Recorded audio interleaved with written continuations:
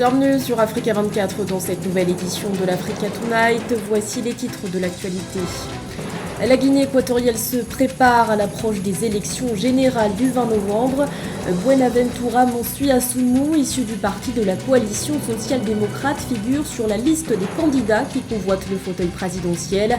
Il sera notamment face au président sortant, Teodoro Obiang Bazogo, en quête d'un 6e mandat. Renforcement de la production agricole au Cameroun. 210 femmes de la localité d'Okola ont bénéficié d'équipements et de semences fournis par OCP Cameroun. Un soutien accordé dans le cadre de la Journée internationale de la femme rurale. Et puis la victoire du Sénégal face à la Côte d'Ivoire dans le cadre de la CAN féminine de handball. Les Lions de la Teranga se sont imposés sur un score de 31-15. Les détails à suivre dans ce journal. Mais tout d'abord, le déploiement des troupes kenyanes dans l'est de la République démocratique du Congo. Les premiers soldats de ce contingent qui rejoint la force régionale de la communauté d'Afrique de l'Est sont arrivés samedi 12 novembre à Goma, ville située dans la province du Nord Kivu, régulièrement secouée par des attaques perpétrées par le mouvement du 23 mars. D'un coût estimé à 37 millions de dollars, ce déploiement avait été confirmé début novembre par le président kényan William Ruto. Il intervient en pleine tension diplomatique entre la République démocratique du Congo et le Rwanda. Le Rwanda qui est accusé par les autorités congolaises de soutenir les rebelles du M23. Le chef de l'État congolais Félix Tshisekedi avait récemment accusé le pays de velléité expansionniste avec comme principal intérêt l'appropriation des minerais. Pour apaiser les tensions, des tentatives de médiation ont été entreprises. L'ancien président kényan Uhuru Kenyatta, médiateur désigné de la communauté d'Afrique de l'Est, était attendu dimanche à Kinshasa pour une visite de travail de 48 heures. La veille, son homologue angolais João Lourenço était également sur place pour une journée. L'actualité nous emmène également au Soudan, où la rue grondait ce samedi 12 novembre. Des milliers de personnes se sont rassemblées devant une délégation de l'ONU à Khartoum. Ils sont venus dénoncer, je cite, les ingérences internationales qui tentent de favoriser la médiation entre civils et militaires pour assurer la transition démocratique. Les protestataires ont également réclamé le départ de Volker Perthes, le représentant spécial des Nations Unies pour le Soudan. Notons que c'est la deuxième fois en 15 jours qu'une mobilisation de ce type est organisée dans le pays. Plus qu'une semaine avant les élections générales en Guinée équatoriale, plusieurs candidats sont en lice dans le cadre du scrutin présidentiel prévu le 20 novembre prochain. Parmi eux, Buenaventura Monsui Assoumou, issu du parti de la coalition social-démocrate.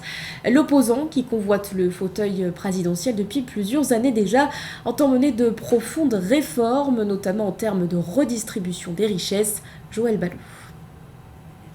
Buenaventura Monsui Assoumou, du parti de la coalition social-démocrate en Guinée équatoriale, est l'un des candidats aux élections générales du 20 novembre 2022. En 2016, il essuie un troisième échec à l'élection présidentielle avec un programme qui invite au développement durable pour toute la Guinée équatoriale sur la base d'un pacte avec les différentes forces politiques du pays. Un parti politique est une entité au service de l'État, au service du changement politique et au service de la démocratie. Une correction profonde devra être faite sur la loi électorale qui a des manquements. Pour évoluer dans la sphère politique de la Guinée équatoriale, le parti de la coalition social-démocrate s'est allié au Parti démocratique de Guinée équatoriale du président sortant Teodoro Obiang Bazogo. Grâce à cette coalition, dans les scrutins législatifs et municipaux, Buenaventura Monsui Assoumou bénéficie d'une représentation à la Chambre haute du Parlement équato-guinéen. Notre programme de transition politique insiste sur l'engagement à lutter contre la pauvreté, la redistribution des richesses nationales. Nous ne pouvons pas prétendre être un État riche quand il existe un problème d'accès aux soins de santé. Nous devons œuvrer en faveur de la dignité de tous les Équato-Guinéens. Bonaventura Monsui Assoumou sera opposé dans ces élections à l'actuel président Teodoro Obiang et Andrés Essono Ondo en politique. Pour l'élection du 20 novembre, il a présenté son engagement pour la régénération dans la société équato-guinéenne des valeurs constitutionnelles suprêmes d'unité, paix, justice, liberté, égalité, ainsi que l'indépendance des pouvoirs de l'État et la lutte contre la corruption politique et administrative. À l'heure où la guerre en Ukraine menace la sécurité alimentaire d'un bon nombre d'États, OCP Cameroun cherche à renforcer la production agricole locale. Dans cette optique, la filiale d'OCP Africa a décidé de renforcer les capacités des femmes dans la localité de Okola, située dans la région du centre. 210 femmes ont ainsi bénéficié d'équipements, mais aussi de semences. Un soutien qui s'inscrit dans le cadre de la Journée internationale de la femme rurale, célébrée le 15 octobre dernier. Reportage de notre correspondant Séverin Douke. L'insuffisance alimentaire demeure une entorse au développement de l'Afrique qui doit faire face à ces sévices plus perceptibles en Afrique de l'Ouest et de l'Est. Au Cameroun, où la sécurité alimentaire est principalement assurée par le secteur rural, porté par les femmes, les autorités et les acteurs au développement, dont le géant mondial de la production de phosphate, OCP, préconisent l'accompagnement et le renforcement des capacités des femmes rurales qui ont bénéficié d'accessoires, de semences et de plants pour améliorer la productivité dans la localité d'Okola, située à 25 km de la capitale camerounaise. Nous avons une sensibilité particulière pour les femmes, surtout ces femmes rurales qui œuvrent tous les jours et qui constituent l'essentiel du bassin de collecte. Aujourd'hui, notre souci, c'est d'apporter cet appui, renforcer les capacités pour qu'elles puissent produire mieux et vivre de leur travail de façon décente et normale. L'import-substitution, un pari que compte relever l'OCP à travers la campagne d'accompagnement de 210 femmes rurales en marge de la Journée mondiale de la femme rurale qui se célèbre le 15 octobre de l'année. Objectif, amener les femmes à davantage s'impliquer dans les activités agro-pastorales à l'effet de stimuler la production locale et de faire reculer la crise alimentaire pour, in fine, rééquilibrer la balance commerciale. Aujourd'hui, il faudrait que les pays africains, particulièrement le Cameroun, soient capables de se lancer dans l'autosubstitution. C'est-à-dire qu'il y a des cultures locales sur lesquelles on peut miser, faire la transformation et obtenir effectivement ces farines qui ont une certaine valeur et des farines panifiables pour aider l'agriculture. Aujourd'hui ici, ne voyons pas ça sous l'aspect d'un don, mais c'est plutôt un accompagnement. Selon le Centre d'études stratégiques de l'Afrique, l'insécurité alimentaire extrême qui mine l'Afrique a progressé de plus de 60% ces dernières années et menace de s'aggraver sous le coup d'autres facteurs comme les conséquences de la crise sanitaire de Covid-19 ou encore de la guerre en Europe de l'Est. Au Nigeria, l'intelligence artificielle et la robotique suscitent de plus en plus l'intérêt des entrepreneurs. C'est le cas notamment de Oshorenoya Agabi, patron de la start-up Koniku. Lui et son équipe ont conçu un chien robot capable de détecter des explosifs ou autres produits dangereux. Une technologie qu'il a pu présenter lors de la 6e édition du Future Investment Initiative organisée en Arabie Saoudite. Séverin Douke. L'intelligence artificielle s'impose de plus en plus à notre quotidien. Elle s'inscrit même comme un des domaines prioritaires d'investissement pour le futur de la planète. Koniku se veut la vedette africaine de cette technologie futuriste. Elle a été présentée à Riyad à la 6e édition du Future Investment Initiative, tenue du 25 au 27 octobre 2022. Nous avons beaucoup de chance d'être invités à la FII. En fait, Koniku est un partenaire technologique du Future Investment Initiative. Nous nous sentons très honorés qu'il nous ait invités à cet événement sous ce format qui nous a permis d'apporter notre technologie depuis la Californie à Riyad. Et tout le monde à Riyad est très enthousiaste à propos de cette technologie. Ils ont pu interagir pour la première fois avec notre technologie. Ils ont pu la toucher, ils ont pu s'immerger dans les méandres de sa conception et voir comment nous fusionnons le silicium avec la biologie d'une manière sans précédent.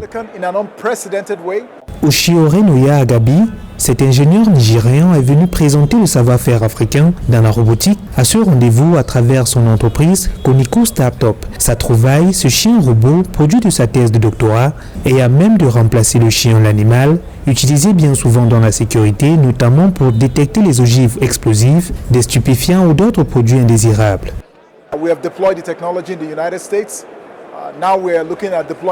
Nous avons déployé cette technologie aux États-Unis. Nous envisageons maintenant de la déployer au Moyen-Orient et dans de nombreux autres endroits. Elle a été construite, elle fonctionne. Nous l'avons déployée dans le domaine de la sécurité pour la détection d'explosifs. Nous l'avons déployée pour la détection des composés hors normes dans les boissons, la détection des plantes soumises à un stress. Nous l'avons également déployée pour les bloqueurs de mauvaises odeurs dans l'industrie alimentaire et bien d'autres exemples.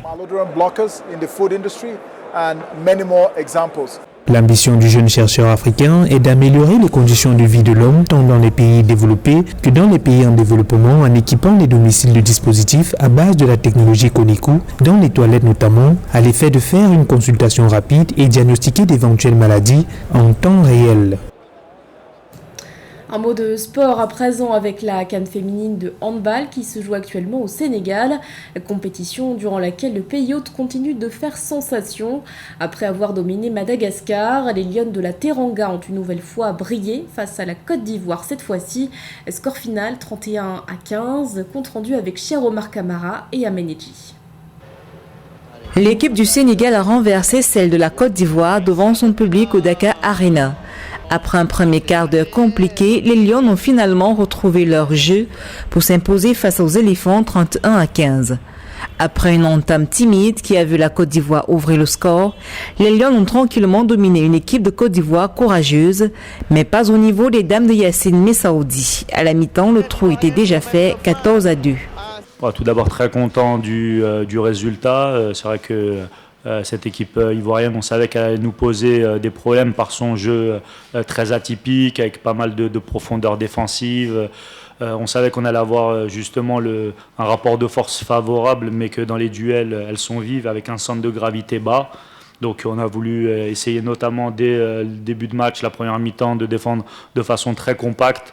C'est ce qu'on a réussi à faire avec une grosse densité défensive qui nous a permis de creuser l'écart et ensuite en deuxième mi-temps de pouvoir être plus dans la gestion. En deuxième mi-temps, les coéquipières de la capitaine Awan Diaye ont maintenu le rythme, bonifiant un jeu offensif retrouvé pour distancer définitivement la Côte d'Ivoire avec un score sans appel, 31-15. Là, nous avons un peu joué en désordre, on va dire. Trop de pertes de balles, précipitations immanquables. Et donc, le plus légitimement possible, le score ne pourrait être que désordre aussi. Vous l'avez constaté, on va dire quoi, 31-15, ça fait beaucoup pour une équipe. Mais je veux dire qu'on n'est pas déçus. Nous sommes en phase de reconstruction, on a beaucoup de jeunes parmi nous. Nous allons continuer le reste de la compétition dans un esprit de vouloir nous bonifier, de chercher à comprendre un peu ce qui est la pratique du handball. La route est encore longue, mais le Sénégal sort confiant de cette nouvelle journée de classement. Après avoir battu Madagascar 40-9 mercredi dernier, cette équipe garde son étiquette de favorite. L'équipe du Sénégal, pays hôte de la 25e édition de la compétition, réalise un sans faute avant d'affronter le Cameroun, un adversaire de taille. Il faut rappeler qu'en première heure, vendredi 11 novembre, la Guinée a eu le dessus sur le Maroc par un score de 28-20, obtenant ainsi sa première victoire après l'échec enregistré contre la Tunisie lors de la première journée. Premier point aussi enregistré lors de cette troisième journée par la sélection égyptienne qui s'est imposée face à la Tunisie sur un score serré de 22-21. Pour sa première sortie, l'Égypte s'était inclinée face au Congo 20-21.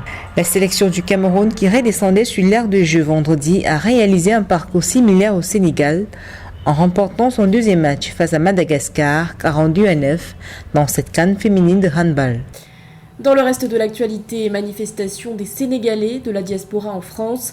Ils se sont mobilisés ce samedi 12 novembre devant le siège du site d'information français Mediapart en soutien à Pape Alé Niang, le journaliste sénégalais d'investigation arrêté le 6 novembre dernier à son domicile. 3 jours plus tard, un juge d'instruction l'a inculpé pour, je cite, la divulgation d'informations non rendues publiques par l'autorité compétente de nature à nuire à la défense nationale, recel de documents administratifs et militaires et diffusion de fausses nouvelles de nature à jeter le discrédit sur les institutions publiques.